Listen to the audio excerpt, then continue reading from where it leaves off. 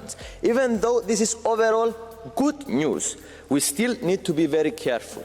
This is because we shouldn't forget that the creators of this peace plan are Trump and Netanyahu. These are the same people who are still committing the biggest genocide of the 21st century against the Palestinians.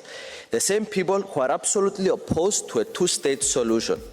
The same people that might be ready to start a new colonial time in Gaza if this peace plan is not implemented properly. So our role as the European Union should be to keep pressuring the governments of Israel and the United States to respect all the points of the peace plan and make sure that the final result is the long-awaited two-state solution. I love you all.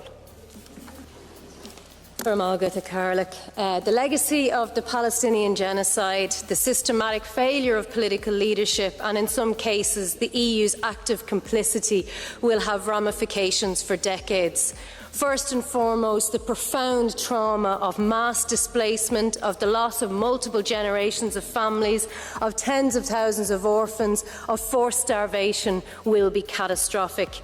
Palestinians may never be able to forgive the Western and Arab world. But it is not just Palestinians. Across Europe, young and old have taken to the streets in ever-increasing numbers.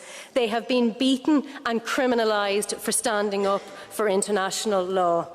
More than 100 civilians, EU civilians, and 3 members of this House were illegally abducted by Israel for trying to do what their governments should have been doing, which was to end the illegal blockade, and neither the Council or the Commission thought to mention them today. How is it that a small, oppressive foreign regime built on racism and violent ideology has been able to infiltrate our institutions and dominate our foreign and domestic policy, to create a situation where the freedoms, interests and wishes of our own citizens have been trampled on? We absolutely need the killing to stop, but this peace plan is colonialism. Gaza does not need a viceroy, and certainly not one who prosecutes an illegal war in Iraq. Gaza needs to be free from occupation, and Palestinians need to be treated with respect and given the autonomy for their own future. International law is the only framework for peace. Palestinians need more than EU money, they need justice. Thank you very much. Madame la Commissaire. Madam Commissioner, President, I think one thing was missing from your speech. Sanctioning Israel. Why do you not sanction Israel 2 years on? The International Criminal Court has called for it, specifically said that there is complicity from third countries if we continue to fund and finance Israel. But right now, the European Union finances Israel through research funds, military funds, the European Investment Bank, the space program, and so on. And there's no sanctioning of Israel. The only demand I heard from Ms. Callas is governing Gaza. You're saying that the European Union should have its place in the transitional governing body. What, together with Blair? With Donald Trump? That's colonialism. And what we're hearing from the Commission is this recycling of colonial ideas to suggest that it's not up to the Palestinians but other countries to govern the territory. I'd like you to really go back to the drawing board, do your homework and come back here and say that you're going to sanction Israel, because otherwise you'll be accomplice to the worst forms of war crime. It's seat 510, Mr. Coles.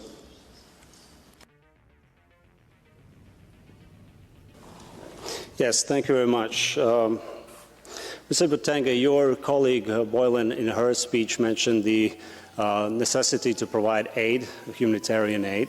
We know there's legal reasons for sea blockade, for obvious reasons, and let alone last week there were almost 1,500 aid trucks sent into Gaza. But could you please elaborate, and have you asked your colleague who apparently were detained by Israeli defense forces, What was the reason for MEP Hassan and others to toss their mobile phones over the board into the sea? What's so incriminating in her phones where that they had to do such a thing? Thank you. Thank you very much, dear colleague. You can answer now. Yes, first of all, please go back and study international law before you mention it. There's a right of free passage, especially for humanitarian aid. So go study and don't come like you waste our time with this kind of ridiculous questions. Secondly, in regarding to phones, you have one state that has been spying, has been developing software to spy on Europeans, right? That is committing a genocide in Gaza. Would you hand over all of your private data to them? No, you wouldn't. No one would. So rather than accuse the humanitarians, as you generally do, start accusing the genocidal maniacs that are today in Israel and that are killing Palestinians. But no, you want to shoot on the boats with humanitarian aid. Go shame yourself. I am at the loss for words to express my outrage at the passivity of the EU to put an end to the genocide in Gaza and to bring home the Israeli hostages. 2 years have passed. Passivity is complicity. By refusing to suspend the EU-Israeli Association Agreement and rejecting calls for a weapon embargo, the EU is choosing complicity over conscience. Now, regarding the so-called peace efforts, all peace efforts must be welcomed.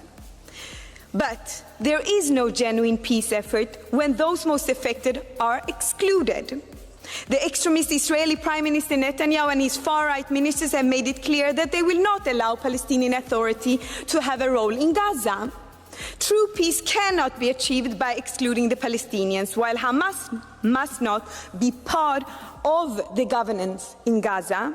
The Palestinian Authority must be, if the peace efforts are to be genuine and credible.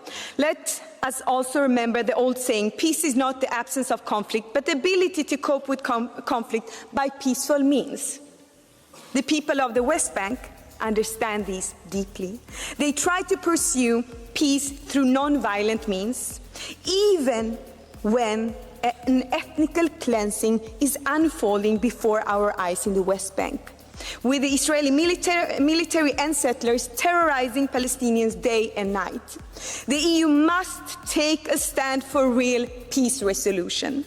That means ceasefire now. That means humanitarian aid into Gaza now. That means the immediate release of all hostages, both Israeli and Palestinian. That means an immediate end to the siege of Gaza. That means an end to the occupation of all Palestinian territories. That means recognition of Palestine. That means full respect for international law. Now or never. Not tomorrow, not next week, now or never. This is the moment for everyone who still defends the atrocities committed by the State of Israel in Palestine to prove that there remains, somewhere inside, I hope, a spark of humanity. Sure, I welcome Trump's ceasefire plan, but only barely, and only because it is less grotesque than the so-called Middle Eastern Riviera plan that he had. But where in this plan are the mechanisms for protection of Palestinian people and provisions safeguarding their further displacement? And instead of unification of Gaza Strip and West Bank, there is de facto separation of the two. And also, let's be honest, plans alone do not bring justice. Words do not stop bombs, speeches do not feed starving children. The international community has failed to act when it mattered most, so it must not fail now with holding Israel accountable. So I say again, colleagues, now or never, let us prove that we are not just commentators or just witnesses to tragedy, to a genocide. Now or never to stand on the side of humanity. Thank you. Thank you very much. Colleagues, we are having a debate here in the Hemicycle. Meanwhile, in Gaza, there is a humanitarian disaster. It is not something that has to take place. It is political decisions, criminal acts, shelling, bombing, deportations without any safe space. Hunger used as a weapon of war. This parliament, these institutions cannot pretend like there's not an ongoing genocide that has been denounced by the UN. We can no longer fail to hear the millions of citizens that have taken to the streets in recent days. The responsibility of the Israeli government cannot be hidden by aiding and abetting through silence. And in fact, we are on thin ice with this peace plan promoted by the U.S. Fine, we must look for any way forward, any diplomatic act. Yes, we should look to those, but we cannot have illusions. Peace cannot be from the top down. We must listen to the voice of the Palestinian people without recognizing Palestine, without a political process that puts an end to the illegal occupation. Any agreement will be fragile. And we won't be able to uproot the root causes. We must silence the arms, assist the Palestinians, free the Israeli hostages immediately. No one believes that there's any acceptable way to proceed otherwise. Aid must be guaranteed with safe channels, credible institutions, the foundation of the international community. This is precisely what the GSF was trying to achieve. It was illegally intercepted in international waters with hundreds of European civilians, activists, all on board. They were held and mistreated. Europe must stop its complicity. It must silence the arms. It must put an end to the association agreement, free the hostages, and give a body to a two-state solution in security for lasting peace. And I conclude, the best way to honor the 67,000 victims as well as the victims of the vile Hamas attacks on this date 2 years ago. Thank you. Oggi 7 ottobre.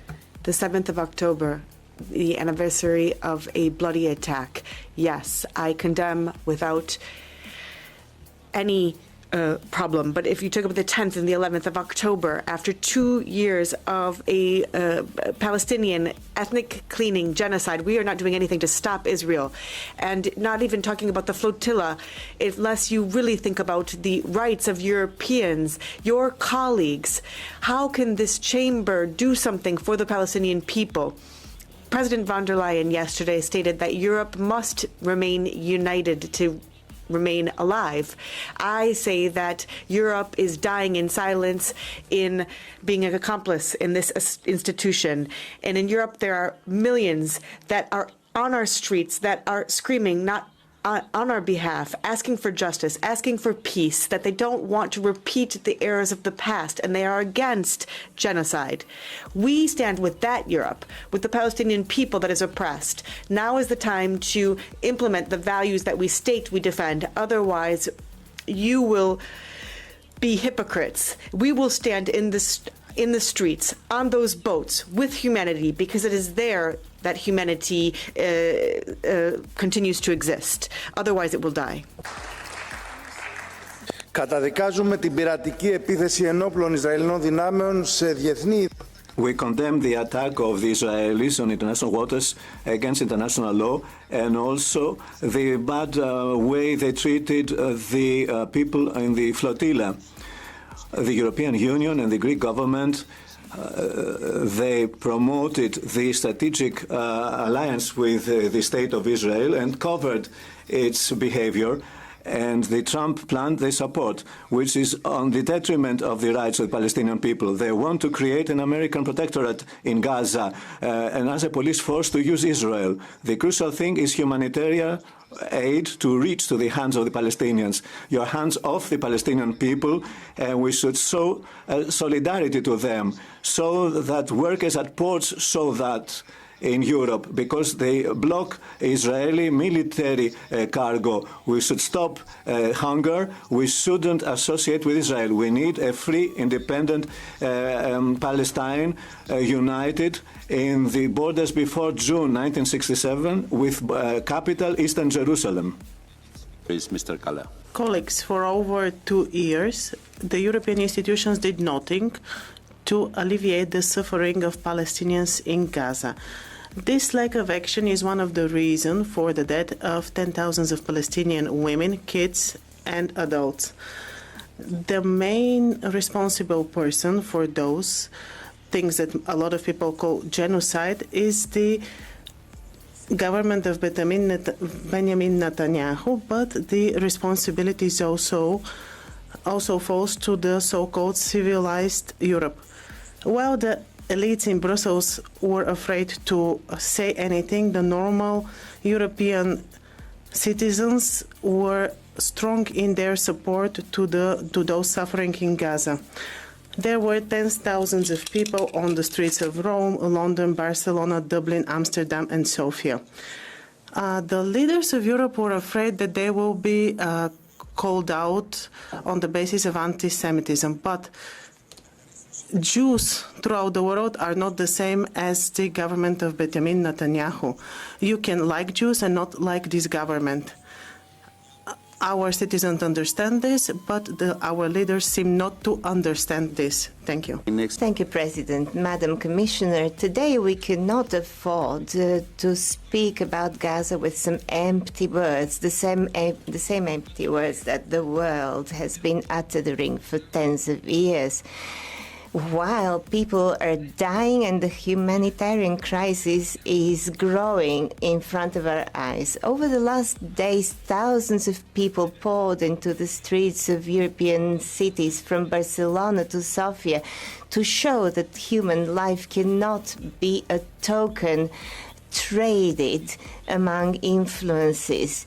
We need to hear these Europeans. Many governments already took a very clear position, insisting on a truce and on access for humanitarian aid and on realistic efforts for peace, including the release of all hostages. However, until now, there are just a couple of initiatives that haven't received enough support. The European Union needs to fight for a sustainable peace within two countries, within two states, giving prosperity and freedom for all in these two states. Thank you. Благодаря. Thank you, President. How's your day going? What's more important in your schedule than to break the ties with the terrorist regime of Israel? We're seeing ships being arrested in international waters. What would have happened if Russia had been attacking NATO countries? And if this can happen with impunity, what's going to happen to Palestinians? We're talking about medicines not reaching. That's terrorism. 680,000 dead, 18,000 children killed, people being smothered by bombs. But nothing's been happening here. We've seen dogs attacking people, sleep deprivation, sexual violence, and what's going on here? Nothing. We're seeing a colonization plan being supported. It's an illegal plan. It doesn't recognize the rights of Palestinians and their right to self-determination. It's time to break ties with...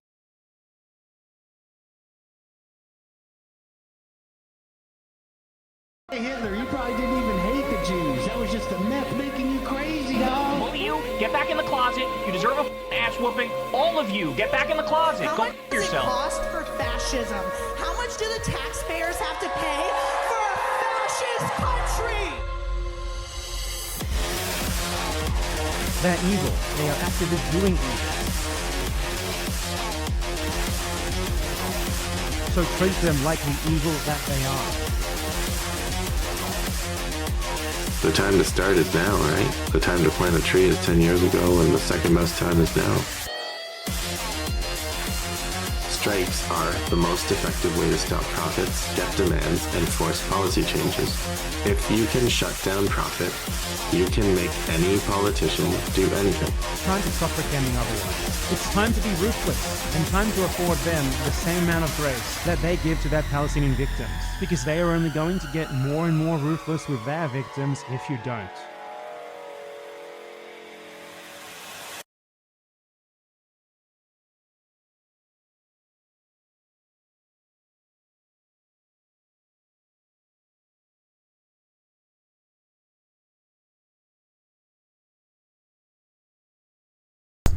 What's up? Welcome to the stream.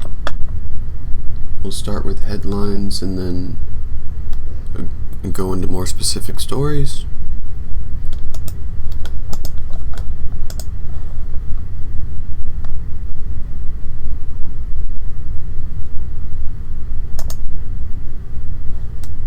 Now.org, The War and Peace Report. I'm Amy Goodman.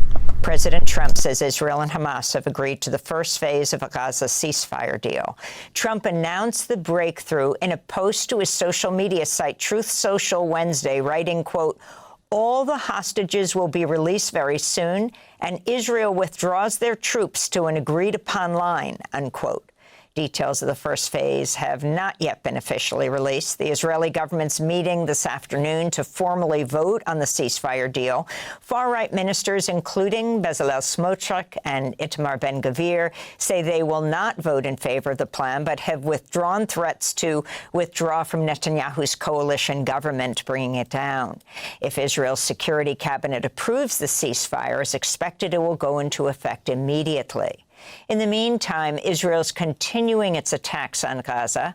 The Palestinian Health Ministry says Israeli strikes over the past 24 hours have killed 10 people, including 2 people seeking food, while injuring nearly 50 others.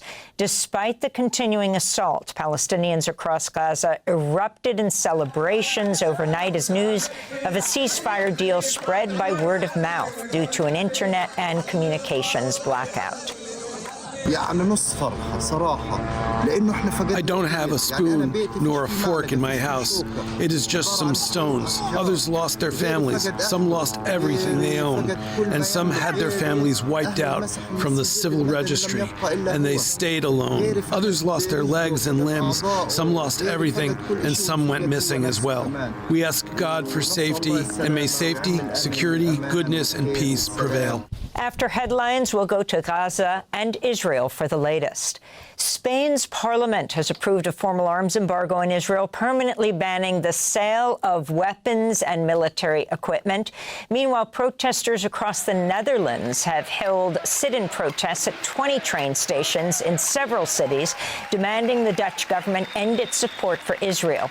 This comes after an estimated 250,000 demonstrators joined a Red Line protest last weekend against Israel's assault on Gaza, the largest anti-war protest in the Netherlands since the anti-nuclear rallies of the 1980s.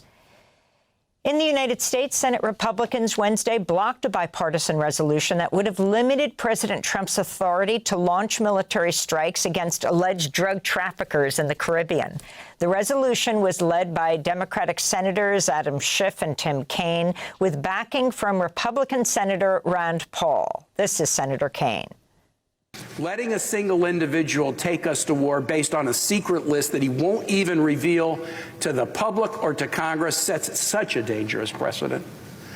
And if my colleagues, as they've stated, believe we should be at war in the Caribbean or at war with nations in the Americas over the narco traffickers, they've had the ability the entire time to bring a resolution before us and have that debate in front of the American public. This comes as 60 organizations, including Oxfam America and Human Rights First, sent a letter to Congress Wednesday condemning the recent U.S. strikes on boats in the Caribbean, writing, quote, "We fear, barring decisive action by members of Congress, there will be more strikes, more extrajudicial killings, and potentially a full-blown limitless war with one or more countries in the region with likely devastating humanitarian and geopolitical consequences," unquote.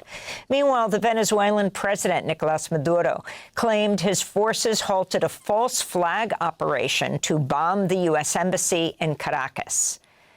In Washington, D.C., the U.S. government shutdown has entered its 9th day. The Senate failed to pass 2 funding bills that would have ended the shutdown. The Democrats' bill included more than $1 trillion in health care funding, which include Affordable Care Act subsidies. Congressional Democrats have introduced another bill that would pay child care fees for federal workers during the shutdown.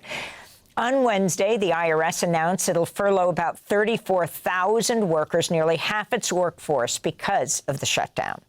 Meanwhile, Democratic Senators Mark Kelly and Ruben Gallego confronted House Speaker Mike Johnson for failing to swear in Representative-elect Adelita Grijalva.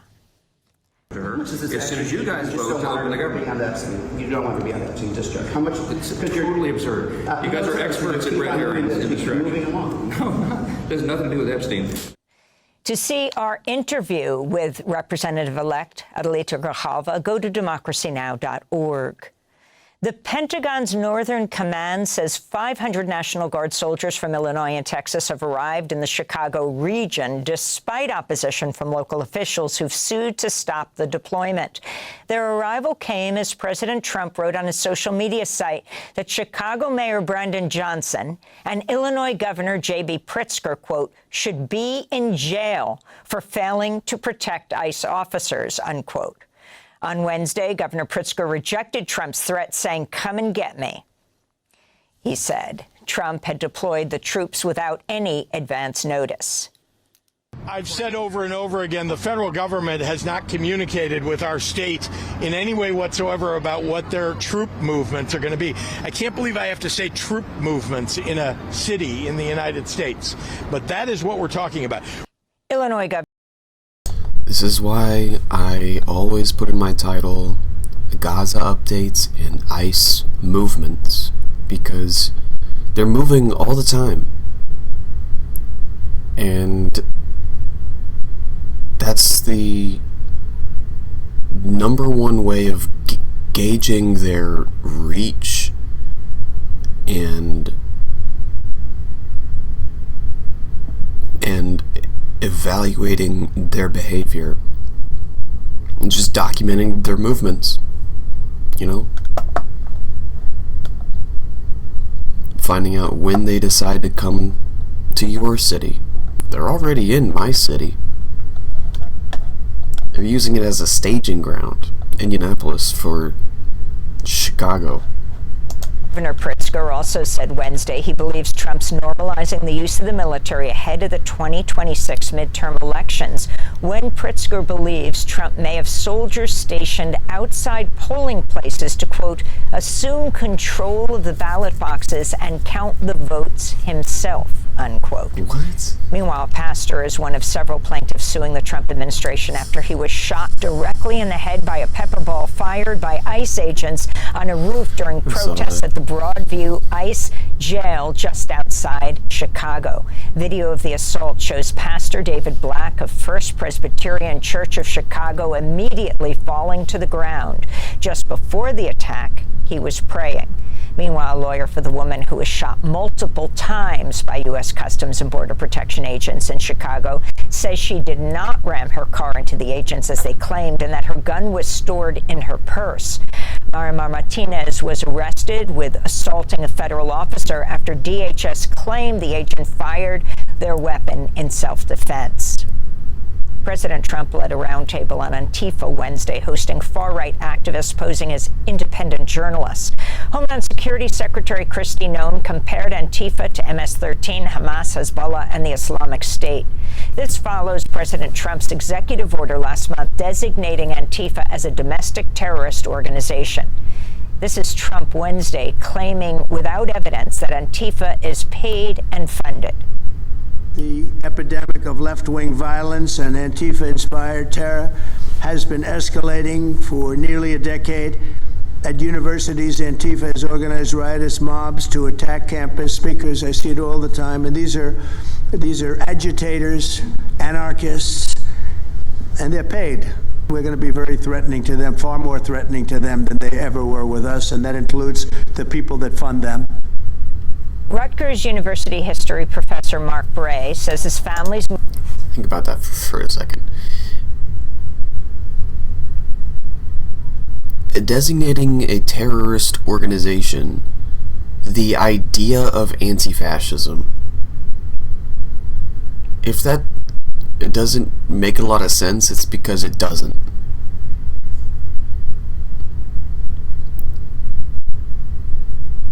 And then claiming that this luminous, kind of amorphous organization is not only is this non-existent organization real, but they also get money from left-wing organizations. Like, what?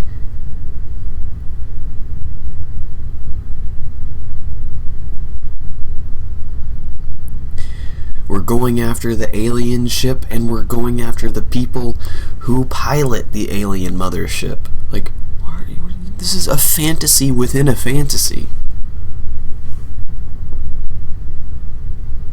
And it's just...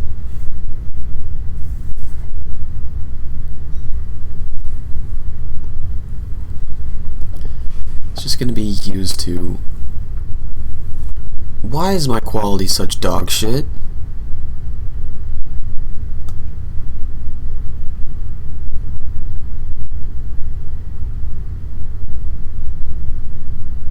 Drop down to 18 kilobits a second per minute there. What in the fuck?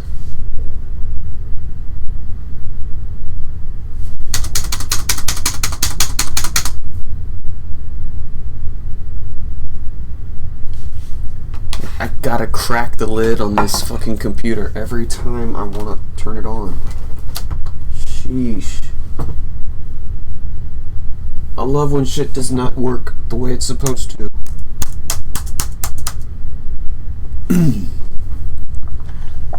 After changing nothing about how I interface with it.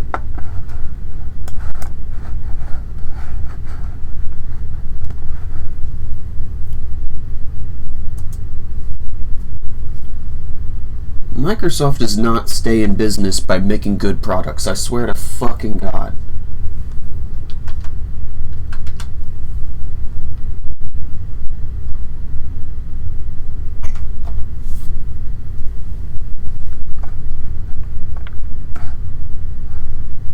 I swear to God that they're the McDonald's of computer makers. Let's just see how many businesses we can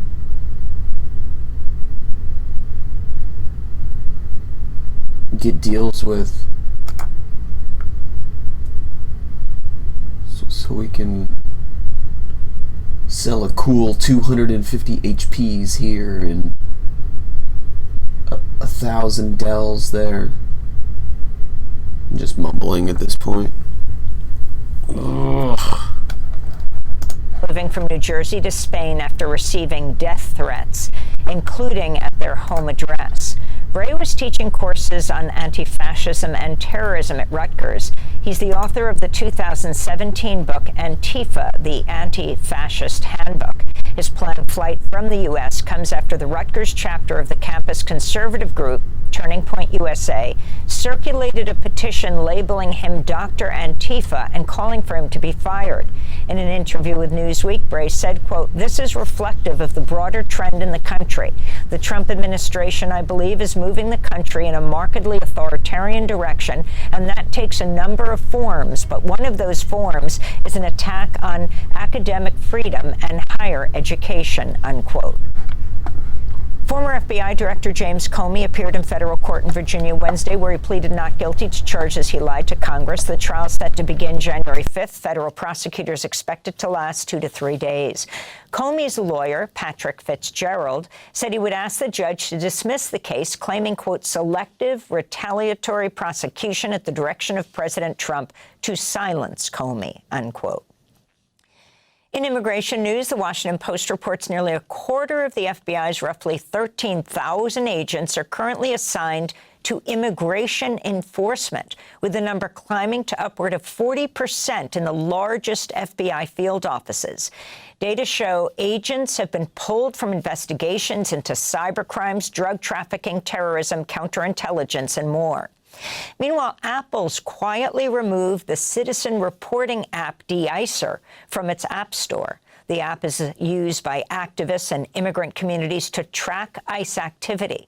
Migrant Insider reports the decision effectively treats federal immigration agents as a protected class, a novel interpretation of Apple's hate speech policy that shields one of the most powerful arms of the federal government from public scrutiny.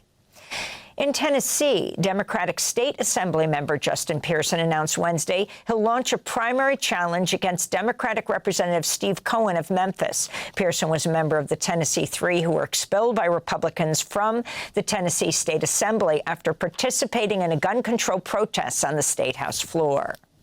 We've got a gun violence epidemic that is quite literally taking the lives of our loved ones away. Yes. The number one killer of children in our communities is not cancer, it is not car accidents, it's bullets. And if people want to do something about crime, pass some gun safety laws. If people want to do something about crime, pass violence intervention programs and money and resources for our beloved and beautiful community. Don't occupy us, eradicate poverty. The 2025 Nobel Prize in Literature has been awarded to the Hungarian novelist Laszlo Krasznahorkai. The Nobel Committee called him, quote, a great epic writer in the Central European tradition that extends through Kafka to Thomas Bernhardt and is characterized by absurdism and grotesque excess, unquote.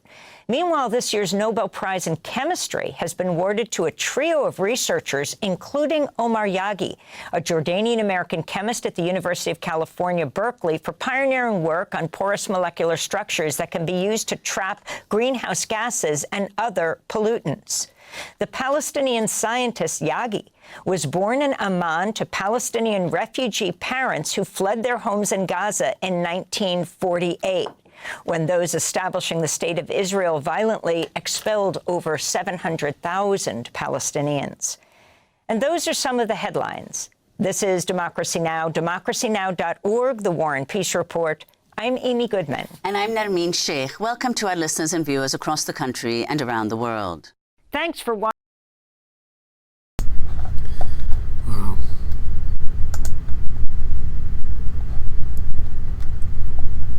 Person with Palestinian roots.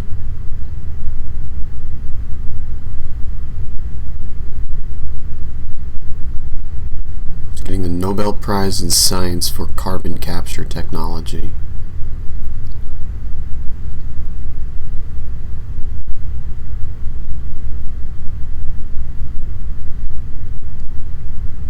So many great minds have been erased. But how many scholars are gone forever? All the universities are destroyed.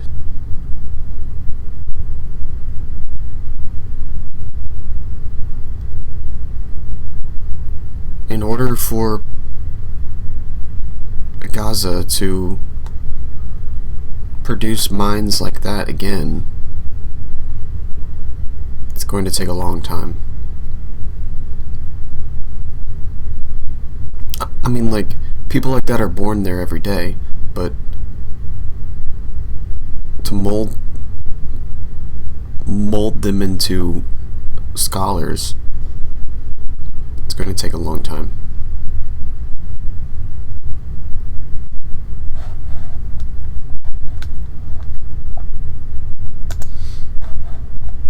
I don't know what I want to watch after this.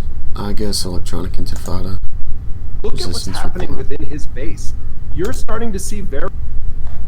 Later on in the program, John will cover the latest resistance news from Gaza City, including a raid on an Israeli military base established inside a school in Tel Al-Hawa. But first, let's take a look at the news. Here's a brief summary of some of the latest developments this week in Palestine. Early Thursday morning, as news of a possible end to the slaughter began to circulate, journalist Salah Al-Jafarawi and his colleagues, along with recording their own updates, informed people by walking in the streets and shouting that there was an end to the war and a hopeful truce. Reporter Anas Ayad captured this clip. Oh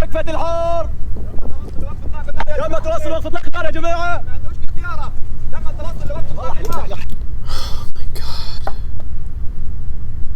It's fucking...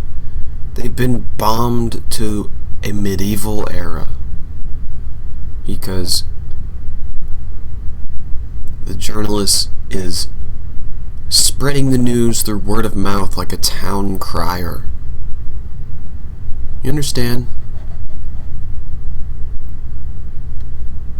The devastation is everywhere you look, and it touches everything. هلا شباب غزه طلعوا احنا 3 بني ادمين ماشي في الشارع شباب غزه وبنات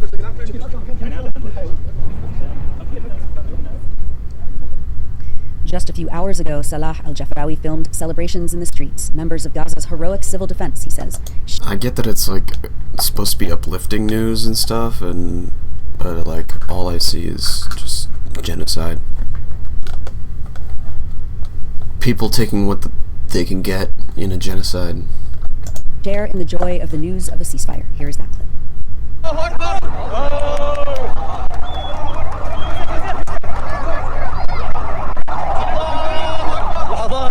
لحظات انتظرنا سنوات لنعيشها انتظرنا سنتين عشان نعيش هذه اللحظات سجدات الشكر في مفترقات مدينة غزة هذه اللحظات اللي انتظرناها سنتين من العذابات المستمرة اليوم بنعيشها هان في شمال قطاع غزة الحمد لله رب العالمين الحمد لله ربنا أكرمنا وشفنا هذه المشاهد الحمد لله أرواحنا من أجل الله عرقنا من أجل الله عملنا من أجل الله We'll have much more on the latest ceasefire developments later on in the show. Palestinians on the ground in Gaza City say that since the ceasefire talks in Egypt began earlier this week, Israel only continued to escalate its attacks. The Gaza government media office stated on Wednesday that in the 4 days since the announcement of a potential truce, Israel carried out 271 separate attacks, killing approximately 126 people, 80 of whom were killed in Gaza City. Our longtime contributor Mohammed Assad uploaded images after the Israeli army destroyed his home earlier this week on October 7th in Gaza City, forcing his family to seek shelter once again. His home was damaged in previous attacks, and his family worked to clean it up and repair it. But this week it was completely razed to the ground. Quote, "Our dreams turned into a mirage," he said. Earlier in the week, the media office released updated statistics on the 2 years of genocide, including figures on the destruction of homes, livelihood, health, and infrastructure across Gaza. Among the data set was an estimate that Israel has dropped more than 200,000 tons of explosives on Gaza since October 2023. More than 835 mosques were completely destroyed, the media office added, and at least 180 others were damaged, while 3 churches were damaged in bombings. More than half of all Gaza's 60 cemeteries have been targeted as well, 14 of which have been completely destroyed and 18 partially destroyed. The media office estimates that nearly 80,000 Palestinians have been killed or are still missing since the beginning of the genocide, 67,000 of whom were brought to hospitals and recorded as killed by the health ministry. Nearly 10,000 are missing and still buried under the rubble, and approximately 20,000 children have been killed. Among the dead are 1,015 infants under a year old. 460 Palestinians have died from starvation, and nearly 170,000 have been injured, including 19,000 who will need long-term rehabilitation. 4,800 people have had their limbs amputated, nearly a fifth of them children. Israeli armored vehicles packed with explosives have continued to destroy buildings and What an onslaught of figures. Holy shit, dude. I think the hardest one to swallow is the 500 some people who have starved to death. Like, easily the most preventable deaths. entire city blocks around Gaza City, particularly in the Sabra neighborhood, where this video from journalist Ahmed Al-Saifi was filmed on Wednesday.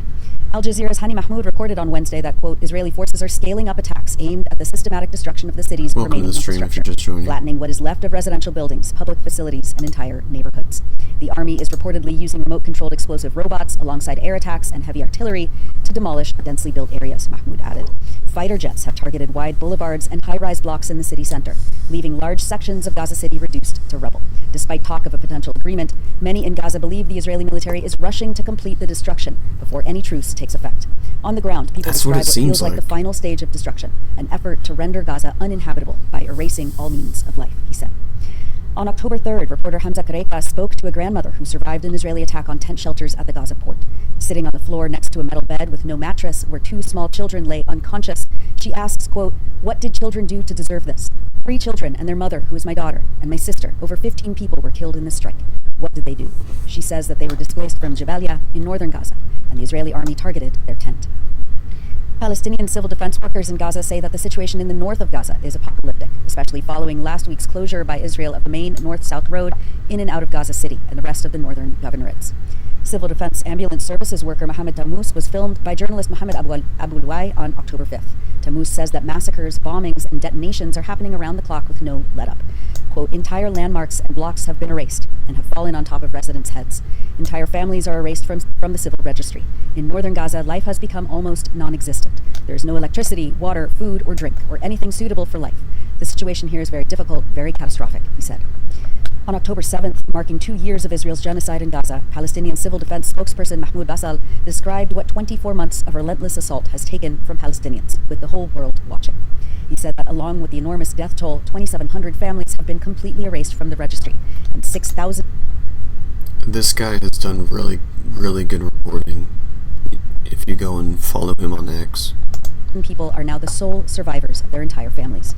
More than 90% of all homes in Gaza, Basal says, have been destroyed in Israel's 2-year assault. More than 80% of Gaza itself is under the control of the... Because he's one of the few people who not only criticize Israel, but also criticize the rest of the Arab world for standing and doing nothing.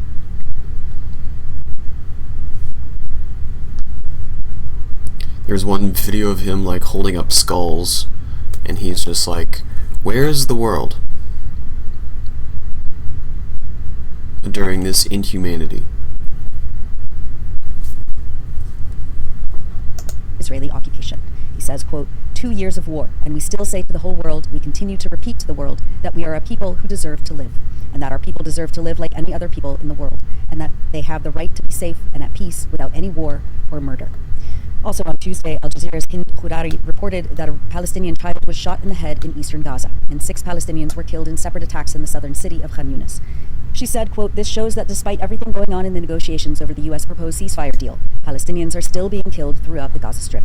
The Israeli military's explosive robots continue destroying residential neighborhoods where Palestinians know that even if this war is brought to an end, they won't find anything to go back to.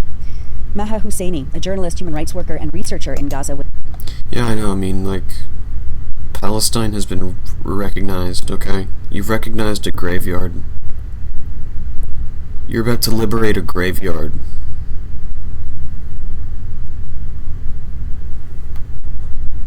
A graveyard that will take until 2050 to clear all the rubble from, because of all the unexploded ordnance and the asbestos in the rubble. That's why I don't buy the idea of it being turned into a Rhesus, like a Gaza Riviera. I don't see that happening. I think that's an excuse. And they'll just continue to bomb it until every Palestinian is dead. It's like, and they'll just say, Hamas just never left. You know? We just had to keep bombing the rubble despite every ceasefire because we saw a single blip in the heat map from our drones.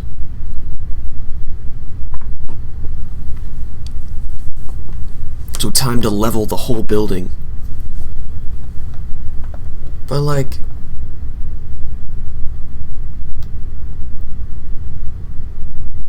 one thing that's good that has come of this is that they overreacted. Israel overreacted to October 7th, and that took them out of the shadows as an ethno-state. Genocidal ethno-state. They started to do things in broad daylight, you know? With the whole world watching. It wasn't just activists and people who were keen on the subject anymore. And their propaganda world just crumbled like a house of cards.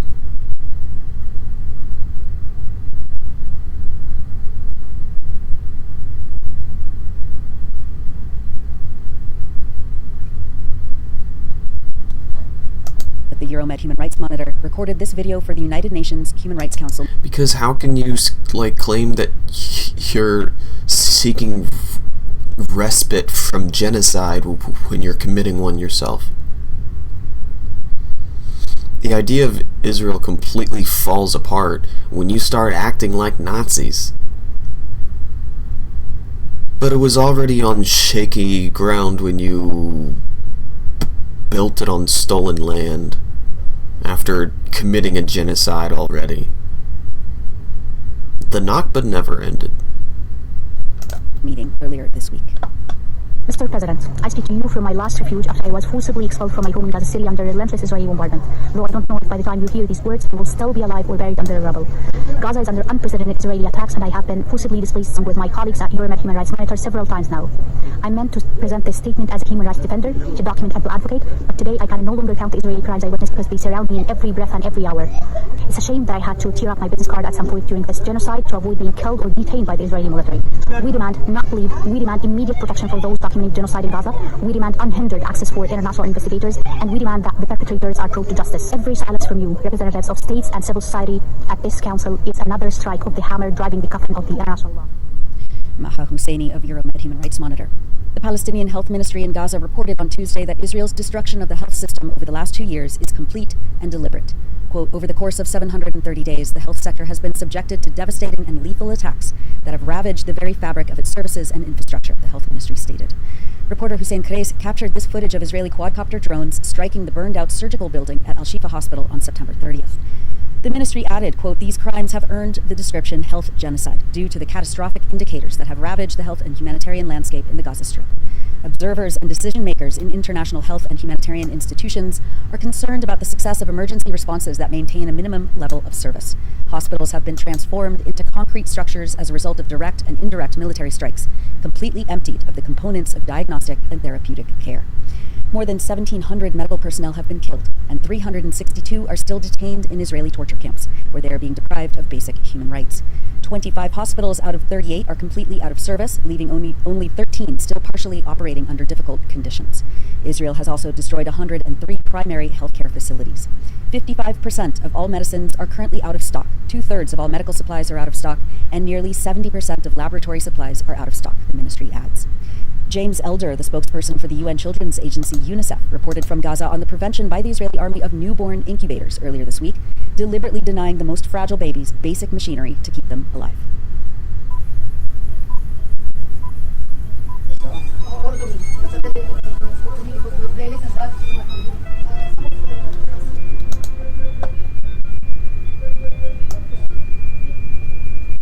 All missions in Gaza are life-saving. Maybe this one particularly so, heading north right now into Gaza City to a hospital under evacuation orders to get incubators out and to other hospitals where they are so desperately need incubators, oxygen, ventilators.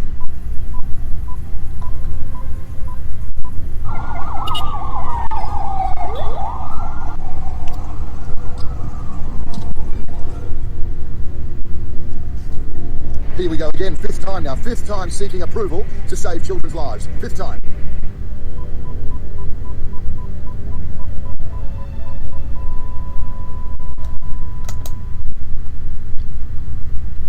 Maybe part of the problem is that you're asking for approval to not be genocided from the person who's genociding you, you know?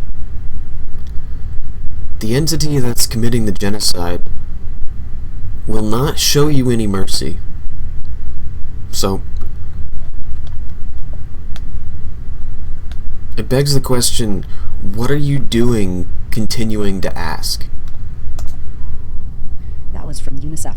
Last week, we reported on the global Samud flotilla, the 44 boats with nearly 500 humanitarian aid activists that attempted to break Israel's siege on Gaza. All of the boats were eventually hijacked and seized by Israeli forces, but the last boat, the Marinette, evaded Israeli capture until Friday, October 3rd. Right before it was hijacked, a Marinette passenger delivered this final message to Palestinians in Gaza. From the sea to Gaza, we will not forget you. We will not let you to be forgotten. This is the voice of humanity. No one can stop the voice of humanity. Free, free Palestine! After seizing all of the boats and unlawfully towing them out of international waters into the Ashdod port, Israeli forces detained all of the activists in Ashdod before transferring them to the notorious Ketziot prison in the Negev desert. In Ashdod, Israel's extremist national security minister Itamar Ben-Gvir taunted and screamed at the flotilla activists, calling them terrorists.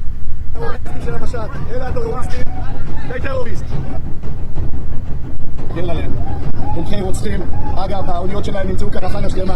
הם לא באו באמת, לא למשט, לא לעזור, אלא הם באו בעד עזה, בעד הטרוריסטים. אלה טרוריסטים. הם תומכי טרוריסטים. אז הספינה שלהם, המפכ"ל מתפרל לי את זה, אני מפקד מחוז צפון. הם עושים כאן סיוע הומניטרי. יש כאן בטבע אחד. מה זה סיוע הומניטרי? אני לא רואה פה שום דבר. יש כאן בטבע אחד, כמו שהמפכ"ל אומר, והכורחים ככה גדולה. איזה כימיה יש כאן? After her release, a Turkish activist described the abusive treatment that they experienced at the hands of Israeli guards. She says in this clip, quote, "We protested Ben-Gvir very well. I said, shut your big mouth, you genocidal filth." She goes on to describe the harsh conditions inside the prison and says that there was writing on the wall in dried blood, words written by Palestinian women who had been imprisoned there before.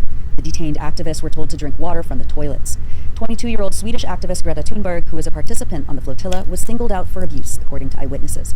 She was physically assaulted, and Israeli soldiers attached an Israeli flag to her back and tied her hands. Italian journalist Lorenzo Whoa. Hold the fucking phone, dude.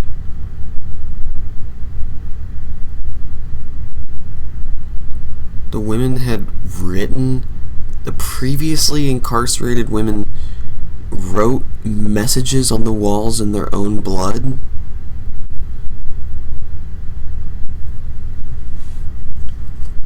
That could be anything from an untreated wound from torture to them not being given, like, sanitary products, you know? Either way, there's some kind of abuse going on if you see writing on the walls in human blood. Okay? Jesus. Faustino described her treatment. Thunberg, a brave woman who is only 22 years old, she was humiliated and wrapped in an Israeli flag and exhibited like a trophy. I had the feeling of being in a really barbaric place, and I really hope that that this barbarism might be over soon. First, we were kidnapped in international waters. Then they took us to land, and once on land... I respect Greta's wishes to not focus on the treatment of them, but to instead worry about the ongoing treatment of the Palestinians in Gaza. Somali activist told reporters after she was released from Israeli detention that the most shocking thing about the prison wasn't the abuse they faced, but the place itself. She says, quote, "When we arrived at the prison, there was a picture on the wall showing the destruction of Gaza, all the houses in ruins, and Palestinians in Gaza trying to find their families or their belongings. And on that picture, it says in Arabic, Gaza al-Jadida, or New Gaza. They are proud of it. What they have done to Gaza is a source of pride for them. Beneath it was a large, dried bloodstain. We had to anxiously think about what had been done to the Palestinians here. Every cell was filled with the names of Palestinian men. We found a piece of cloth we tried to clean with because no one cleaned anything there. And on it, there was an embroidered name, Abu Allah. That's how we found out the names of the Palestinian prisoners.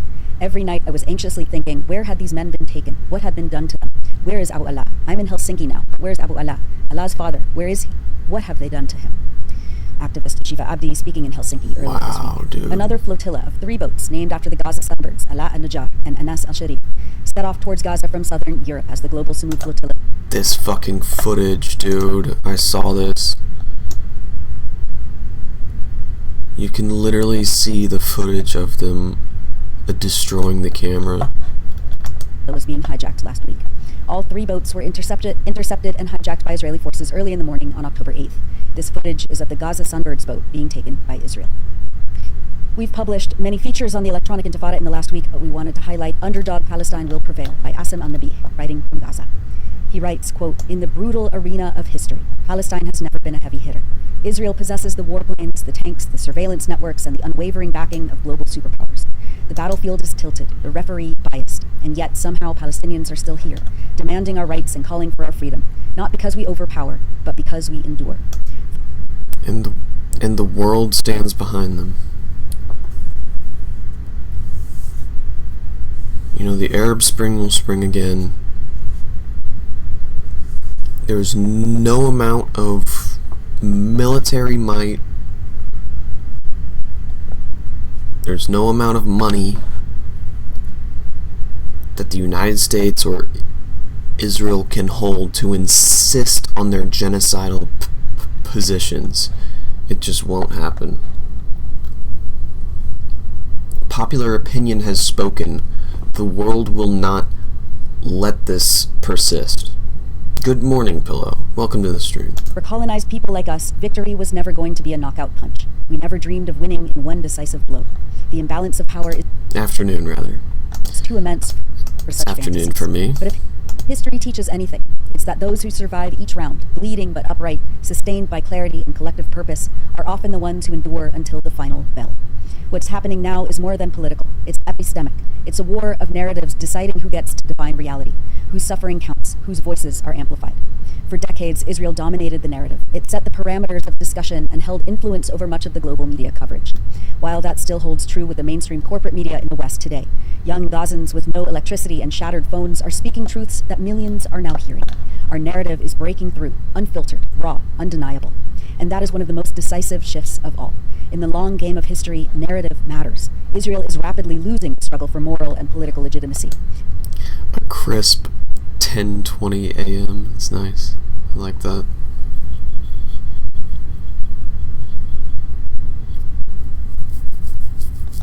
As global perceptions shift and sympathy grows for the Palestinian liberation struggle, the role of memory becomes even more vital. Children raised on truth and dignity do not forget. They carry stories like weapons, like seeds. And when the time comes, they use them to rebuild, to teach, to hold the world accountable. Gaza has long been a synonym for suffering, besieged, bombed, and starved. We have endured nearly 2 decades of blockade, multiple military aggressions, and for the past 2 years, a genocidal war, the most devastating in our lifetime. Hundreds of thousands displaced, entire neighborhoods wiped off the map, families incinerated in their sleep. And yet, amid all of this, we continue to live, to resist, to speak, to demand our rights, to insist on our freedom. Ultimately, Israel's aim is to break the will of Palestinians and make us believe that resistance is worse than futile, that history has abandoned us, that the world has turned its back on us for good. That is the true purpose of the siege and the bombs and the orchestrated hunger, not just to kill bodies, but to kill the generational chain of the Palestinian narrative of dispossession, return, and liberation. And yet the truth survives, and with it, so do we. Israel's current leadership speaks of total victory and finishing the job. We don't aspire to the brute power of our occupiers. We aspire to be steadfast, and there's no algorithm, satellite, or bomb that can measure the power of a people who have decided not to die. Our victory will not come because we are stronger, but because we are more rooted, because we love this land more than anything else, because we know the face of this land like we know the faces of our children, because we have accepted the high price of freedom, and we pay it in grief, in bread shared between tents, in lullabies sung in the streets. We are not waiting for a final judgment from the World Court or a decisive vote at the UN. These are milestones, not destinations. What we are waiting for is the day when the injustice ends, criminals are held accountable, and the world finally recognizes the Palestinians' right of return and right to exercise self-determination throughout our historic homeland. We don't just fight to survive. We fight to remember, to rebuild, to belong, and we know that justice, though delayed, will not be denied forever. When will that day come? Maybe sooner than we think. After 2 years of unrelenting bloodshed in Gaza, the only dignified response is respect for our sacrifice, rather than any attempt to claim credit for our victory. It must also be responded to with sustained, unwavering pressure on governments to halt the killing. The priority now is to end the slaughter and save Gaza and those who remain. Everything else will follow. Those are excerpts from Underdog Palestine Will Prevail by Asim Al-Nabi on electronicintifada.net. Asim is the spokesperson for Gaza Municipality and an engineer and PhD researcher currently based in Gaza City. And now, as we always do, we wanted to highlight people expressing joy, determination, and resilience across Gaza and around the world. Al Jazeera's journalist Noor Abu Rukba filmed herself with a group of kids on October 4th, and she asked why they are happy. "We want an end to the war," they answer. She then asked them where they want to go, and they say they want to go back to their homes and play with their friends. Oh, it's so heavy.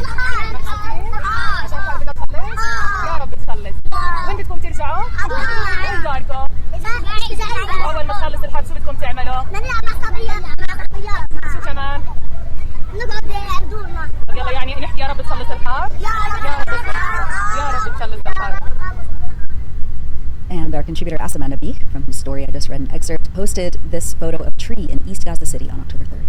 He says, quote, "This is the Sidra tree. Legend says it's 1,000 years old," Asim writes. "Some believe it's a blessed tree, while others believe it grew over the grave of a saint. Palestinians in Gaza say that people have been unable to uproot it over the past centuries, and that its roots extend dozens of meters underground.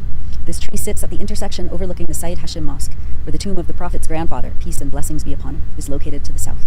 If you walk a little east of the tree, you'll reach the Al-Hakimaya neighborhood, where I've lived for half my life. I've never found a neighborhood like it on earth. I passed by the tree today, and memories of a city of roots destroyed by the machine of killing and destruction came flooding back. However, the Gaza tree, impervious to uprooting, spoke volumes that tongues cannot." What amount of patriotism even compares, like in the West, to having your roots connected to the land and in spiritual, literal ways. Like, you could literally have olive trees with deep roots. And imagine America cherishing a 1,000-year-old tree. That doesn't happen. Our most valuable tree is, like, in a secret location. Because we can't seem to respect our trees. This is a 1,000-year-old tree in just a square, like a town square. It blows my mind, dude. Express. This land remains rooted and eternal and will never die. And finally, reporter Saleh Al-Jafarawi captured this clip of the moment he came home and found his cat waiting for him at the door on October 6th. "I missed you," he said to his cat. People literally go find the hidden tree to carve slurs into it? What the fuck? I hate this world. America sucks, dude. We can't have nice things. Bro, you know about this secret tree that I'm talking about? It's protected because it's literally the oldest, like, sequoia. They have to, like, go and put shit on it to heal it, like, once or twice a year. Oh my god, yeah, I think so. Oh, man.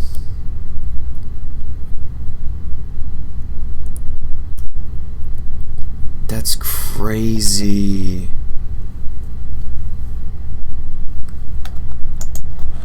افتح البيت وشوفه اللي يقول السلام.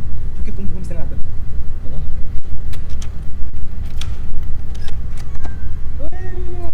يا بنتي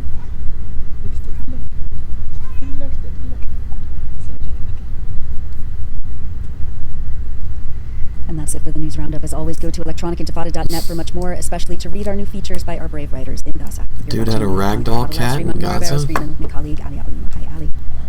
Hi, Nora. There's so much to take in. Thank you for that comprehensive report as usual, but I think we just have to really be led by the joy of people in Gaza right now. Yeah. Their desire for an end to this has to be what our compass. Even though we all have a lot of questions, we're going to get into that right now with Jeremy Scahill, but it's well said. Let's just think about what a relief it will be for them, for this to come to an end, no matter what enormous obstacles still face them. That is an incredible, incredible fact. Yeah, it really is remarkable. And yeah, I mean, if Palestine is feeling optimistic, then I'm feeling optimistic, you know. If Palestine's happy, I'm happy. Exclusive stories from Palestinian resistance sources. On the 7th of October, just 2 days ago, he published an exclusive interview with Musa Abu Marzouk, a senior member of Hamas. Jeremy, welcome back to the Electronic Intifada live stream. Ali, it's my honor to be with you. Hi, Jeremy. Hey, Nora. Great to see you too. You too. Thanks, Jeremy. Yeah, I would love to listen to some music after this. I just listened to Fuck You by Pharaoh Monk.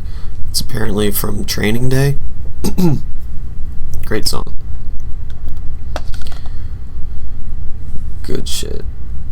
It has like a it's written from the perspective of a police officer who thinks he's above the law. It's really an underrated song, I think. And I think it went under the radar because it's just like it was released as part of the soundtrack for the movie Training Day, but in your latest story published last night on Dropsite News, you quote a senior Hamas official confirming that, quote, from our side, yes, the Palestinians reached an agreement, but they still needed to finalize some points. And a second source told you, it's over, it's been decided, everybody's agreed on it. Well, there's still a lot of questions to answer. What is your understanding of exactly what has been agreed in this so-called first phase, what remains to be agreed, and what we can expect to see over the next few days? What were some of the key calculations for the resistance, and what are you learning in particular about which Palestinians may be released from Israeli prisons? Yeah, I mean, I think first of all, it's helpful to understand something that often is totally unmentioned in broader corporate Western media coverage, and that is while Hamas is leading the negotiations throughout the course of the genocide, when it's gone into these processes to try to negotiate the exchange of captives, issues surrounding aid, a ceasefire or withdrawal, they consult with a wide range of other political actors in Palestine. You know, it's a very diverse tapestry of political perspective, mobilizations, organizations, and that has intensified really greatly since Israel blew up that original January ceasefire deal. And so, you know, just to back up a little bit here, on August 18th, Hamas and the resistance, with the full support of every basically political entity in Palestine except Fatah and the Palestinian Authority, made major concessions in what was called the Witkoff framework. This was the deal that Israel and the United States demanded the Palestinians accept in return for ending the genocide. They accepted that deal on August 18th. Israel did not formally respond to it at all. The United States ignored it. And the official response of Israel came in the form of an attempt to assassinate the entire negotiating delegation of Hamas in a series of airstrikes in Doha, Qatar. And those strikes failed to kill any of the senior Hamas leadership. They killed several office workers and assistants in that strike, but they also killed the son of Khalil al-Hayya, who has lost other sons to this war inside of Gaza. They injured Khalil al-Hayya's wife. This is the political leader of Hamas outside of the Strip right now, and the lead negotiator, and wounded his daughter-in-law and multiple grandchildren. That was Israel's response to Hamas's acceptance with major concessions of a deal just weeks ago that the United States has said was the deal that would end this. So Khalil al-Hayya then leads the negotiating delegation and has to sit in a room not so far from the very Israelis who tried to assassinate him, and in fact did kill his son and wounded multiple members of his family, including his grandchildren in that strike. Dr. Mohammed al-Hindi, the lead political negotiator from Palestinian Islamic Jihad, also joined the negotiating delegation because Saraya al-Quds, the armed wing of Palestinian Islamic Jihad, is also holding an unknown number of those Israeli captives or bodies. And then you also had representatives of the leftist PFLP who also formally joined the negotiation. This was an unusual... A lot of this is really similar to what he was saying on Drop Site yesterday.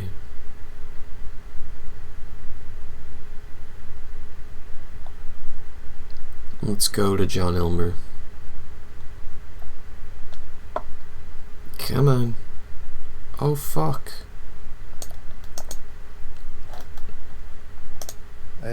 We have a short interview with her. This was on the eve, of course, of the we're still live. We haven't gotten to announcement. it yet. It was the same day, but it was the morning. So that's right. It was. Time's right. Yeah, I mean, it seems like a long. It was, let's say, a few hours before the announcement. People were anticipating it, but it hadn't. All right, I'm gonna make some so coffee while we wait for the just so people are clear resistance report here. Great. Okay, so here's a short interview we did with Donya, and then we'll be back with John. Can you begin by telling us about the situation on the ground right now, and you know, just what you're seeing outside, when you go outside, when you try to, you know, get food, what are people going through at the moment? What are you going through? Hello. Yeah. Thank you for having me here to speak about what's happening here in Gaza. We are facing bombing, destruction, displacement, and starvation. As we see in the last days, Israel has forced people in Gaza City and the north areas to evacuate to the south by intensifying its airstrike. Many families have been displaced, but some remain trapped, suffering from shortages of food and water. For example, my friend Zainab, a medical student, told me that her family was displaced from Gaza al-Shati camp to Al-Mawasi in Khan Yunis, but she refuses to leave and stay with her aunt. However, as Israeli forces approached last week, they were forced to evacuate it on foot. She told me, I couldn't move for 3 days from the pain of walking. I walked for hours without rest. For 2 years, destruction has been everywhere, hospitals, schools, and infrastructure. Last week, I had a lecture at Al-Aqsa Martyr Hospital. Before leaving, I asked my little sister to bring my phone from charging point since we had no electricity since the beginning of this genocide 2 years ago. She was the light there, and I arrived at the hospital 15 minutes late, only to find people gathering at the gate. When I asked what had happened, they told me a tent in the hospital had been targeted. I said, Alhamdulillah, that I survived this attack, and I went to the lecture. Yes, I survived, but I still thinking about that. What if I am being on time and this attack happened while I'm next to the tent? And the most story that stuck in my mind for a while for Nancy Abu Musa. Nancy was forced to evacuate it on foot for a Nasser neighborhood in the north of Gaza to the south, under drones and shelling. She walked for 10 kilometers. She was 7 months pregnant. And she pushed her husband in a wheelchair when he was wounded and unable to walk.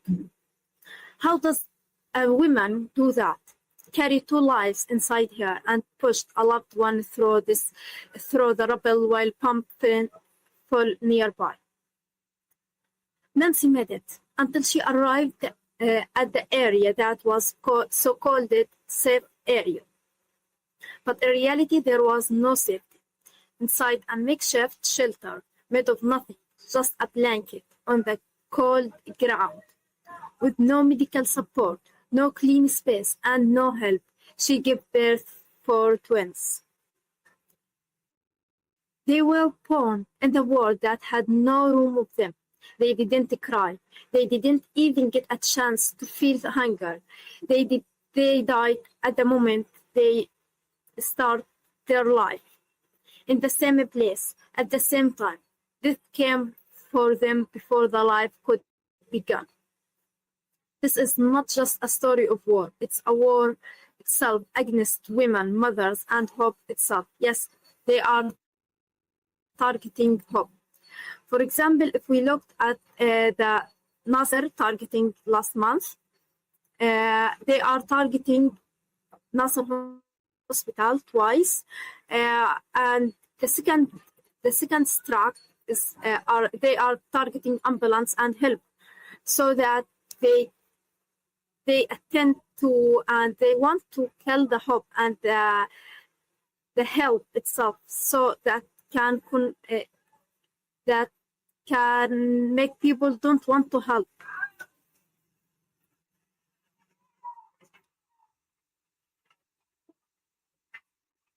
Dunya, can you talk a little bit more about the intensity of the bombings, just in the last, 3-4 weeks? Of course, Israel has escalated its attacks, especially in the north, in Gaza City and north of Gaza City.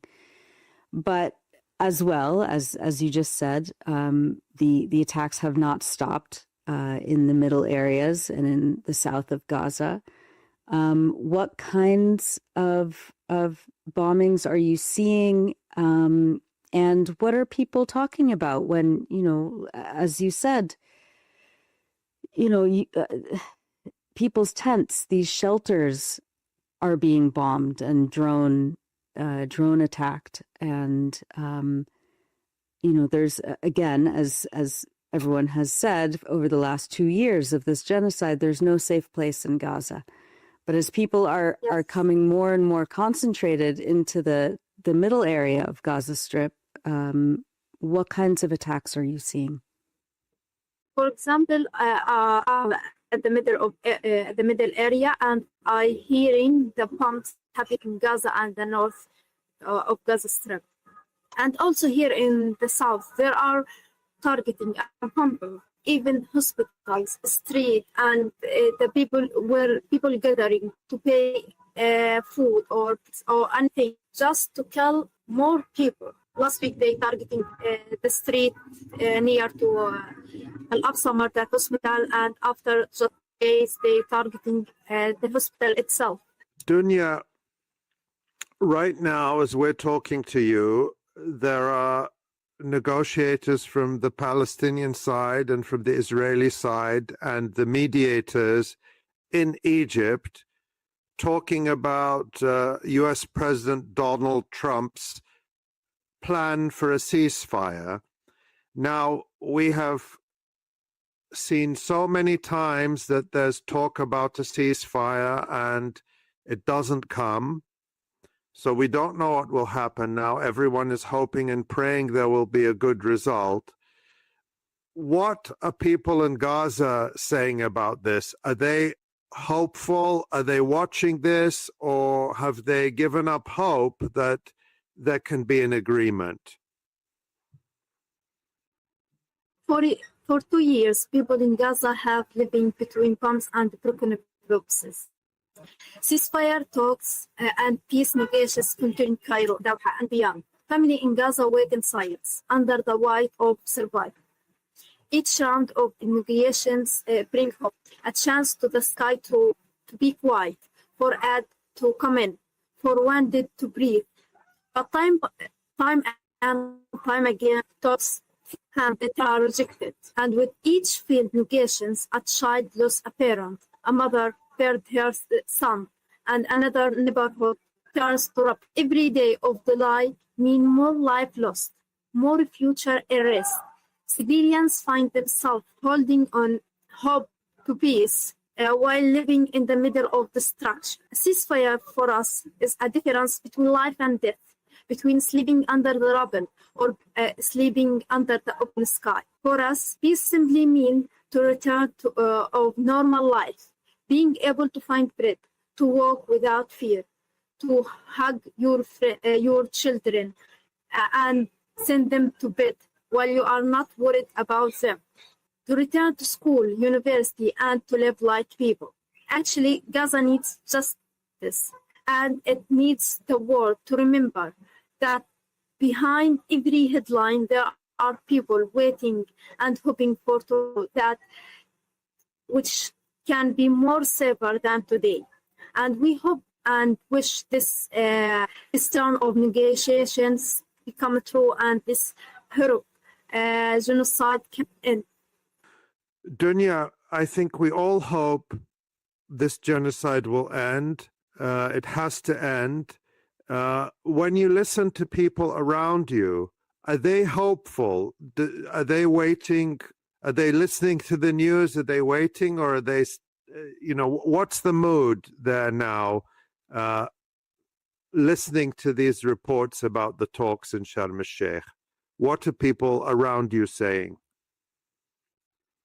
Actually, it's not the first time we are thinking this is the end, that the genocide will end. But we have more in this time, and people are start thinking about what will happen after this genocide and after they announce that this genocide end.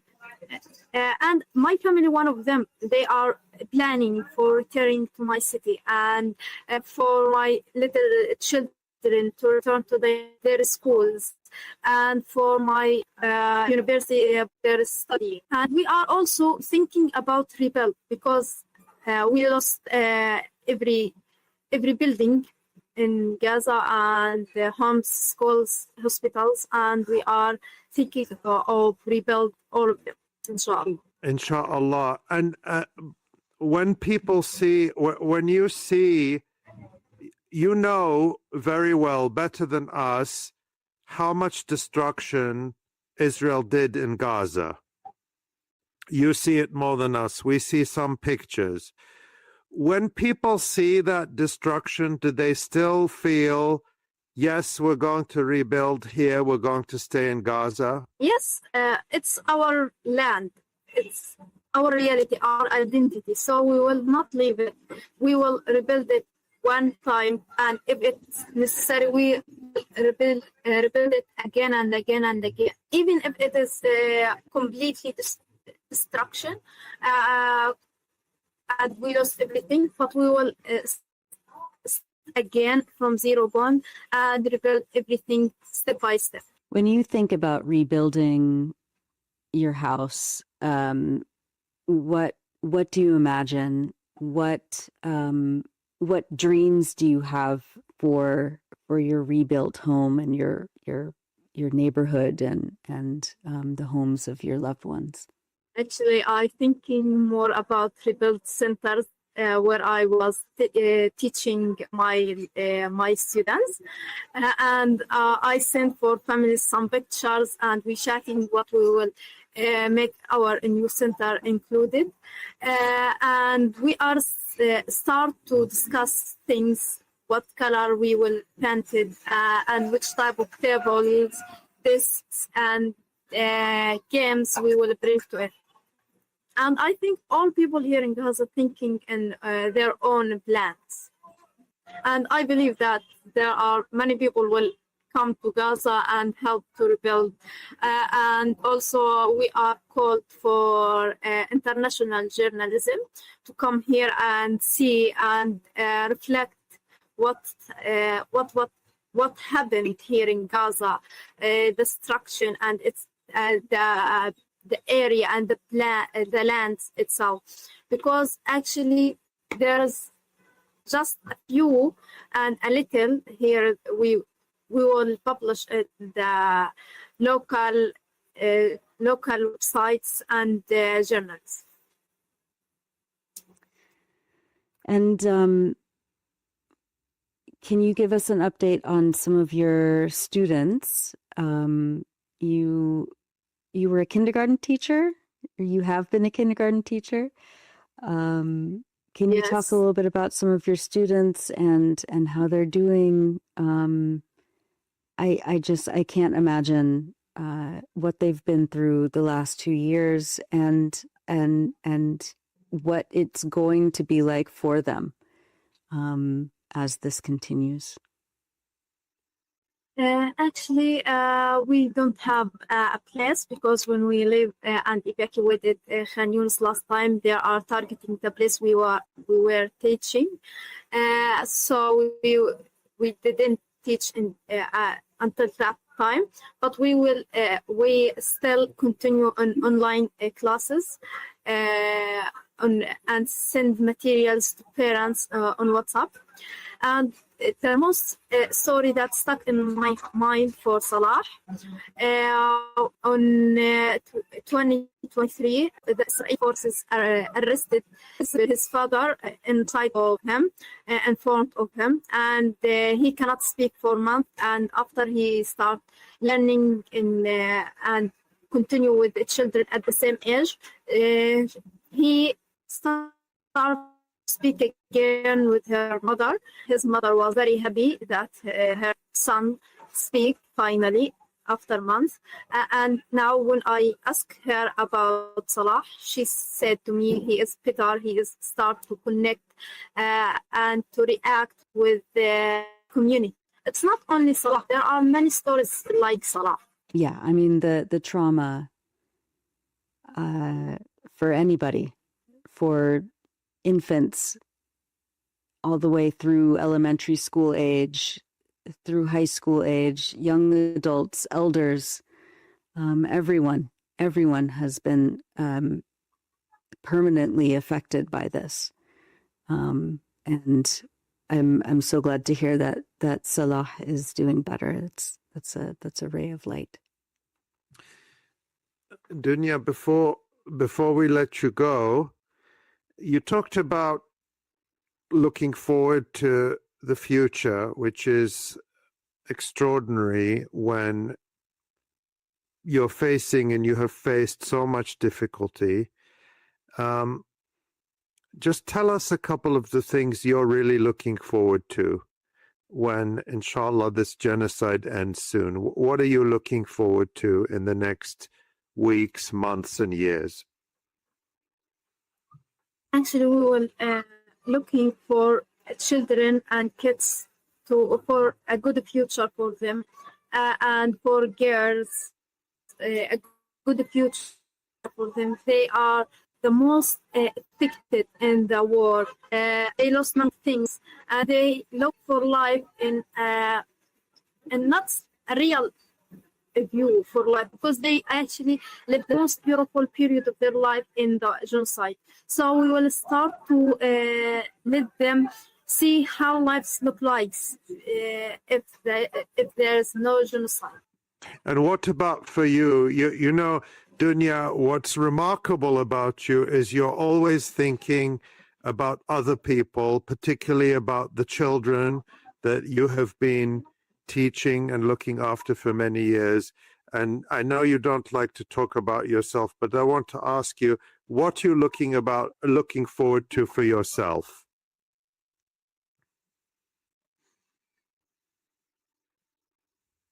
Actually, the children and kids give me power to keep on to have power and energy to continue on my own life.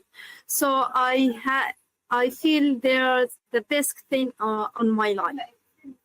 We hope and pray to see all the children of Gaza growing up with the life they deserve and not the horrible lives we've seen, and so many children have lost their lives and suffered injuries over the last 3 years.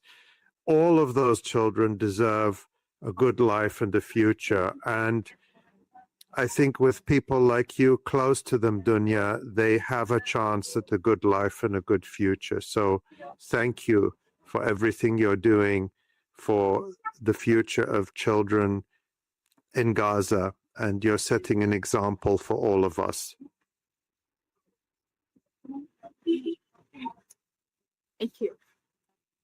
And before I end, I want to say this is from all of us in Gaza.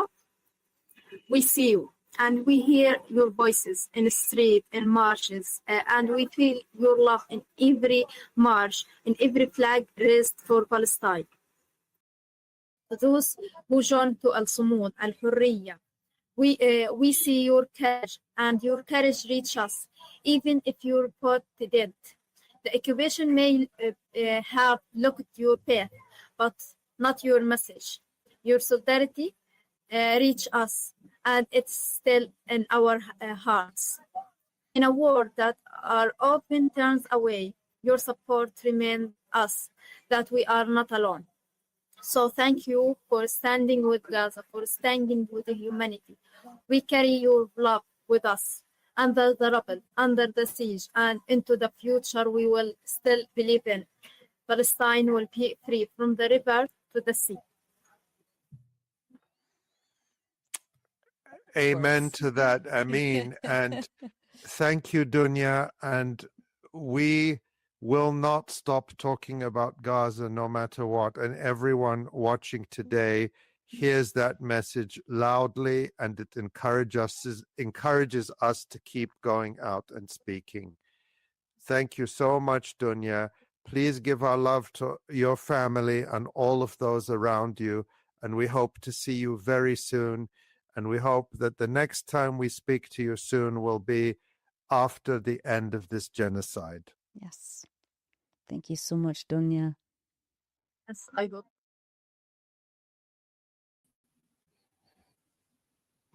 Oh, she's the best of us, you know? She's the best of us. And the news hadn't come, so I mean, right.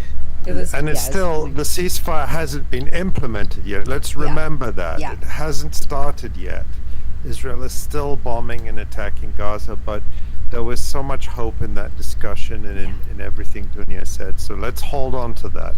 Yeah. But let's also take to heart her message that we have to keep making our voices heard. That's right. No, yeah. We can't just we can't rest. This is the time to escalate. And the teachers are so valuable right now. In a place with no infrastructure, the people are the structure for these kids, you know. I think of Ahmed Mouin Abu Abasha is his name, I think. Yeah, Ahmed Mouin Abu Amsha. Okay. And he posted this. He's had a lot of stories since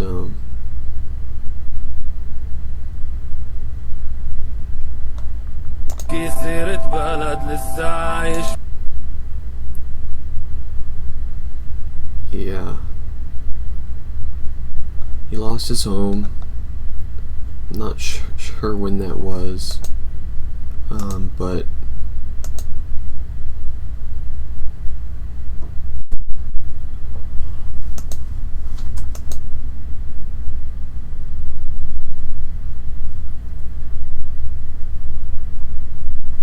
whoa, he was on India Today?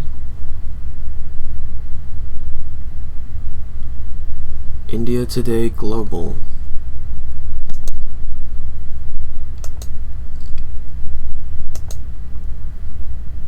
Oh shit. My lovely neighbors, Habibi, we are celebrating now ceasefire in Gaza. Love you so much.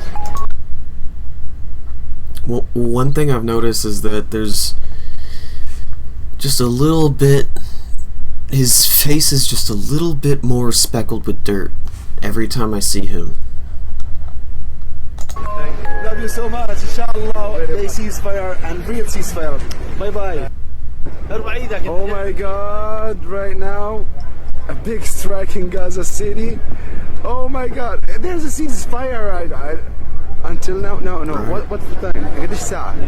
قديش؟ They say that ceasefire is signed right now in the.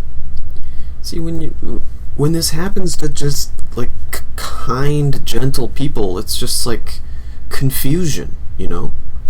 I thought you said this was a safe zone. I thought you said this was a ceasefire, you know?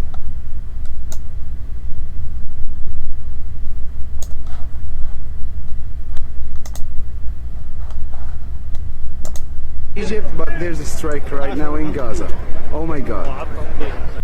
Everyone, once again, you know, the waves are strong today and the water comes to the tents of the people. A lot of people here in the sea, afraid from the waves getting stronger and stronger. The sea will eat their tents, so I don't know what to do with them. My heart is hurting me really. I don't know what to do. I don't know what to do. You can see a lot of wind today. And I'd like our viewers. Really, there's a ceasefire or not, because a lot of planes dropping balloons in Gaza sky right now. I don't know.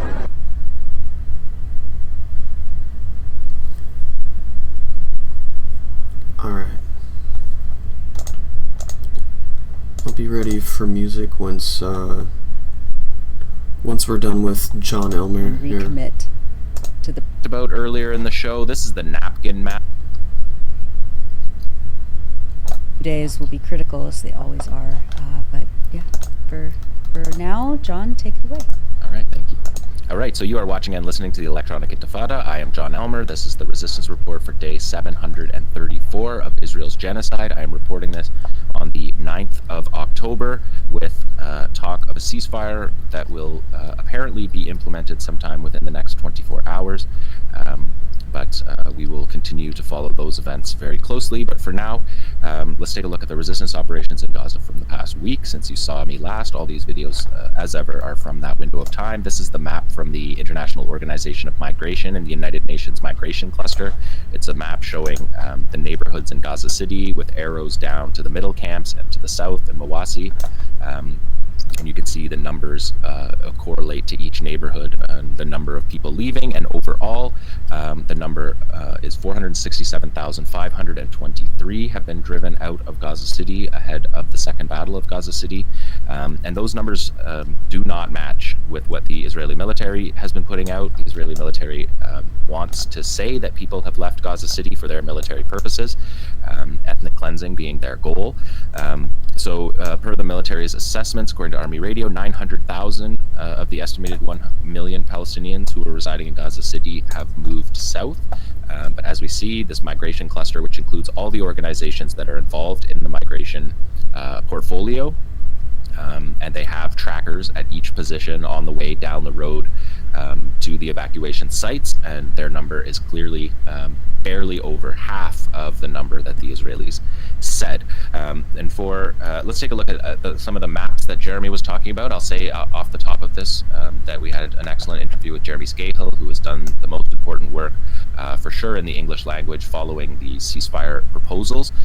So if you didn't check that out, I highly encourage you to check that out along with Nora's news report, which is always excellent every week. But we're going to take a look at some of those maps that were talked about earlier in the show. This is the napkin map that Musabu Marzouk was making fun of, and that Jeremy and Ali and Nora were talking about, because it's kind of just a random yellow line. It doesn't really correlate to Israeli positions, especially in the south there and in the north, in the far north. But this is what Trump released as the first stage of the withdrawal.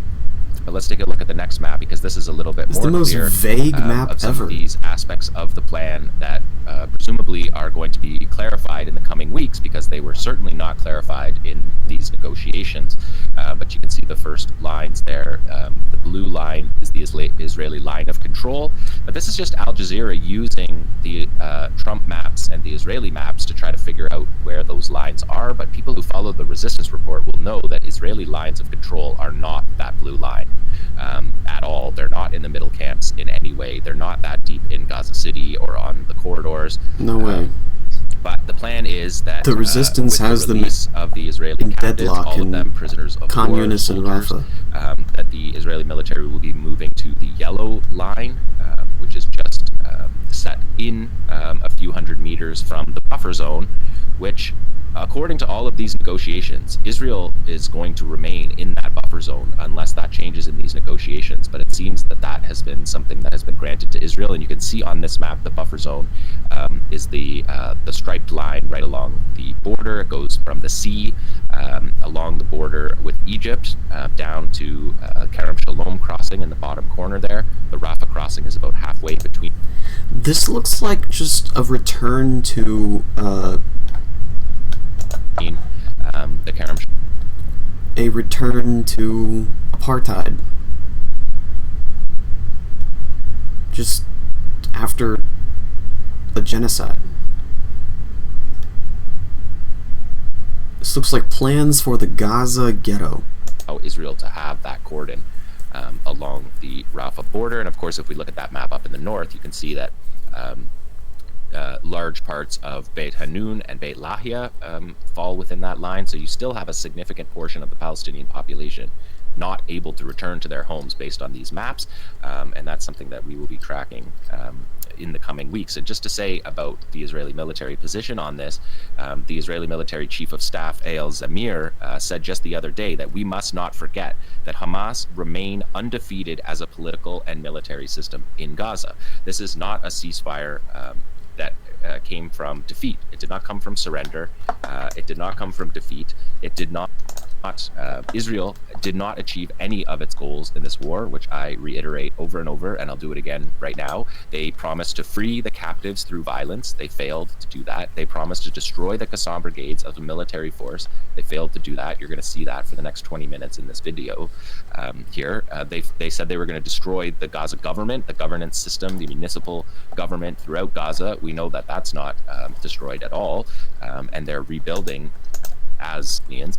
And the fourth point was that Gaza would be no longer a threat to Israel, and that the idea of resistance would be taken from Gaza forever, was what Netanyahu promised. Not happening. And that is just absurd, because resistance action in all countries around the world is strong.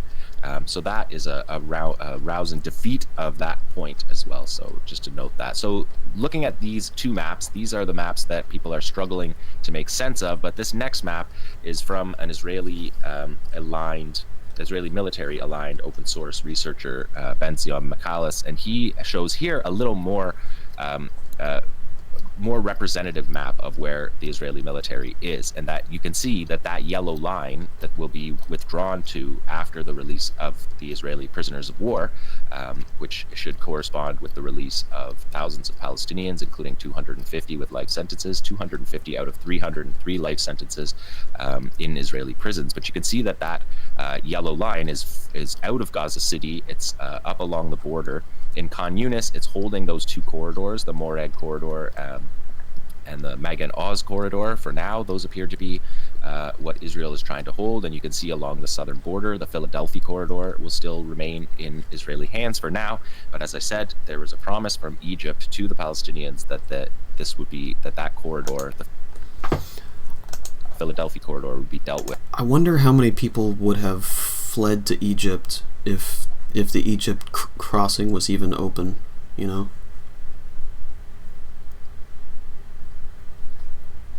People were able to leave Ukraine. Blue line, if you follow it from the coastline north of Gaza City there, it cuts, they're surrounding with 3 divisions right now. Gaza. It's just like when you're surrounded by war, what do? You fucking run if you're not a combatant. Crazy. But Palestinians, they wouldn't leave. That's why I wonder how many would have actually gone to Egypt if the border was open. At this point, I'm sure many would. Gaza City, the main battle in Gaza City this past week was in the Tel El Hawa neighborhood. This is Egypt's complicity in genocide. Areas, the downtown core of Gaza City. This is the commercial, industrial, social downtown core of the Gaza Strip. The neighborhoods along the ridge line, those were the targets for Gideon's chariots. Part 1. And yesterday, there was a raid on the Netzarim corridor carried out by a Qassam Raider unit using a tunnel. They were able to access the Israeli position inside their military cordon. So I've been reporting on this week after week, that the Palestinian resistance is able to penetrate these defensive positions of the Israelis, Netzarim corridor being the primary defensive corridor that Israel believed that they were untouchable in. And the Palestinians, on the eve of the ceasefire talks, sent the message to the Israelis that they're not safe in the Netzarim corridor. According to the Israeli military probe investigation into the operation, the Golani Brigade's reconnaissance unit were stationed in the area, and at least 5 Qassam fighters came out of a tunnel and engaged in a gun battle with Israeli troops. Israeli troops, of course, didn't re-engage with that gun battle. They called in air support and drone strikes, tank shelling to handle the situation, as they do. They don't face-to-face fight very often, if at all. Most of the Qassam Raiders returned to their base safely, according to the IDF, although they don't use that terminology. But according to the IDF's probe, they likely fled back down into the tunnel, which is certainly what they did, and returned to their base safely. The first operation that I'm going to break down on the show today is another operation into a defensive position, a breach of an Israeli base. But this base was in the Sister Rosary School in Tel El Hawa. This was a school that runs from elementary school through high school. Ruwaida Amar, an excellent journalist and educator whose work you have read on the Electronic Intifada and have watched on this program, Reporting from Gaza, wrote about the school that the Israelis made this base in for 972 magazine in late 2023. And she writes, in November, while Israeli forces were present in Tel El Hawa area, so this is the first time they were present in November 2023. In November, while Israeli forces were present in the Tel El Hawa area, they entered the school with bulldozers and tanks, demolishing the schoolyard, destroying the wall around the campus, the library, which was filled with books, laptops, television screens, computers, interactive lesson displays, those were all bombed and burned to the ground. Only ashes remain, she reports. The elevator that was built last year was burned and destroyed, as was the school theater where we gathered for the most beautiful moments, from graduation ceremonies to national, cultural, and religious celebrations. Israeli tanks and bulldozers destroyed even the kindergarten.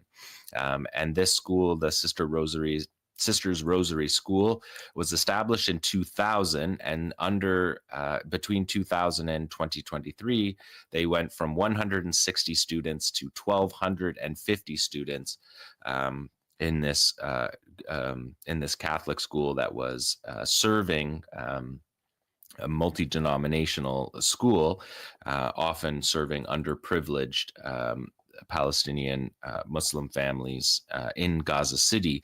The significant institution in the city, and that's what this base is, and that's what we're going to see. So this points to, in the first, what Rueda is reporting on was the first time the Israelis sacked Gaza City, and they went around and they burned everything. That was their move at that time, was that they weren't knocking down every building like they came to do later in the genocide. But at that point in the genocide, people remember back, they were torching everything. They were torching buildings, taking TikTok videos, showing them throwing fire into buildings to burn them and to leave nothing but the burnt out husks of the buildings, which they then in Gideon's Chariots 1 and were attempting to do in Gideon's Chariots 2.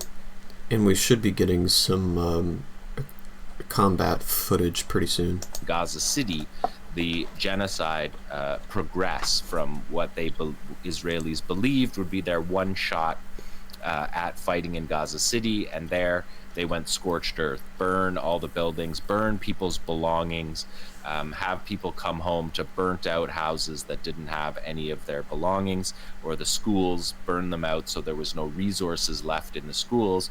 And you can see the genocidal nature of Israel's war through these stories. So this is the Sisters Rosary School in Tel El Hawa. Now let's take a look at the operation that the Qassam Brigades executed in this school.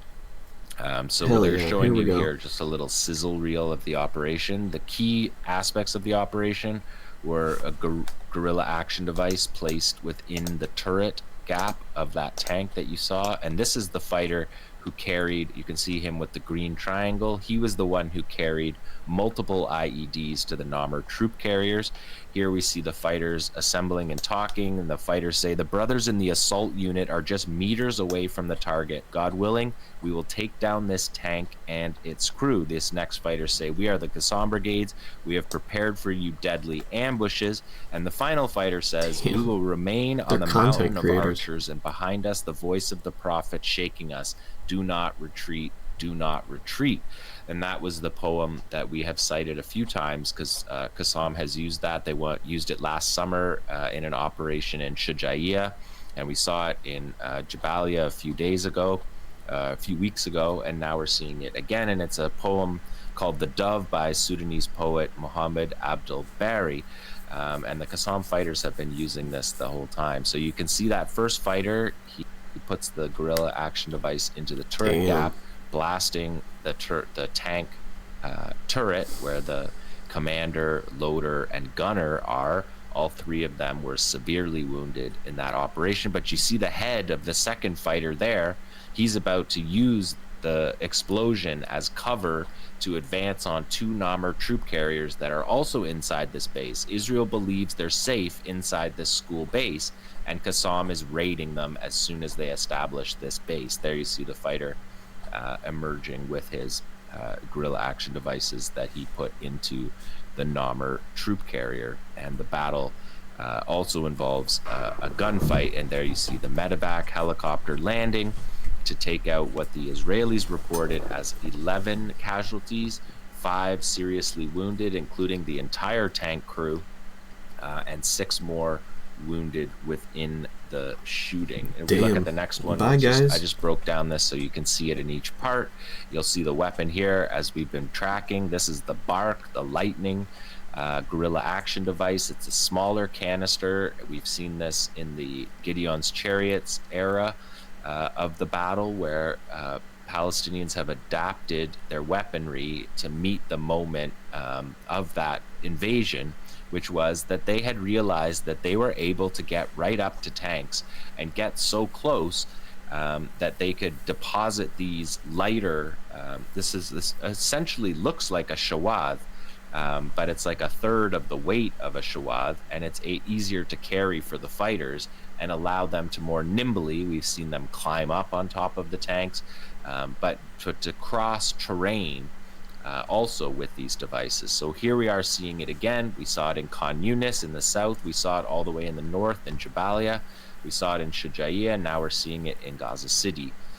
So an interesting development that I told you I would track, and here we are tracking it. So they're used it in this operation as well. The next slide you can see is just where the fighters position to the tank. You can see it gives you a good idea. This is Qassam's editors making that tank red shaded, and then the fighter is in the green that we're looking at. People who can't see this screen right now, we're looking at a Merkava tank in its full size, 70 tons of a tank, and the fighter himself 70 is tons barely, is crazy. his head barely goes above the hull.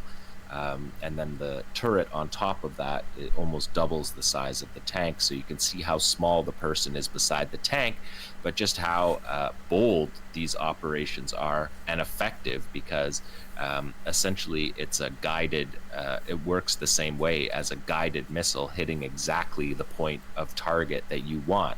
So he's sliding that underneath the turret gap. You can see the ball and chains hanging down there. That is to intercept Yasin fire that will break up the rocket and to protect that turret gap. So the fighter's actually going to the defensive part of the tank and opening that series of chains and slipping the device inside of it, and then blowing it up inside the turret, which is where the loader, the gunner, where the weaponry is, and where the tank commander is, who is one of the 11 casualties in this operation. We could see it again even closer in this next slide. It just remarkable man versus machine. And this is something, you know, people that I covered the second Intifada in Gaza and in Jenin, and watched the kids fight tanks like this in the same way. They're not fazed by these Israeli, you know, weapons that define their state. This tank defines the Israeli military industry and their country as a fighting country. With the Merkava tank here, we see being defeated by Palestinian fighters on the ground. So if we take a look at the next slide, you can see the fighter, see him carrying the guerrilla action devices here. That's just noting on the screen that he's carrying the 2 canisters to deposit them into the hatches of the 2 Namr troop carriers. So there was 5 seriously wounded and 6 others moderately wounded in this operation, according to the Israelis, including the whole tank crew and 2 officers, the officer of the tank and the officer of a second tank that was part of the gun battle. Yeah, so if we look at the next one, are we on 10?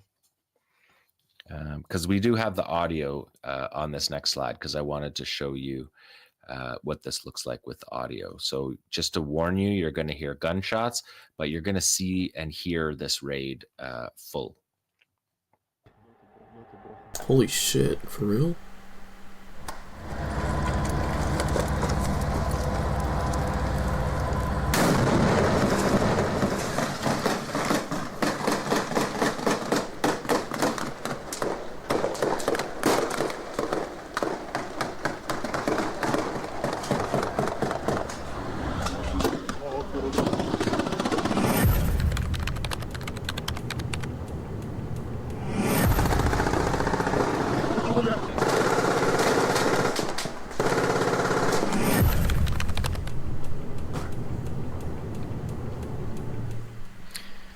And that's the medevac helicopter, the sign that you always see at the end of these operations that show, that tell the truth about Israeli casualties. when you see that helicopter. So significant raid. Should the ceasefire come into effect and that be the last raid of the battle in Gaza City, we won't be saying that right now because there's a long road ahead. But just to tell you that going right up to these ceasefire negotiations, the resistance is carrying out command and control operations that show they're functioning as a military fighting force and are able to penetrate breaching operations of Israeli positions that the Israelis are establishing with all of their American supplied weaponry and are still unable to secure those areas. Yeah, it's truly remarkable how incompetent the IDF is.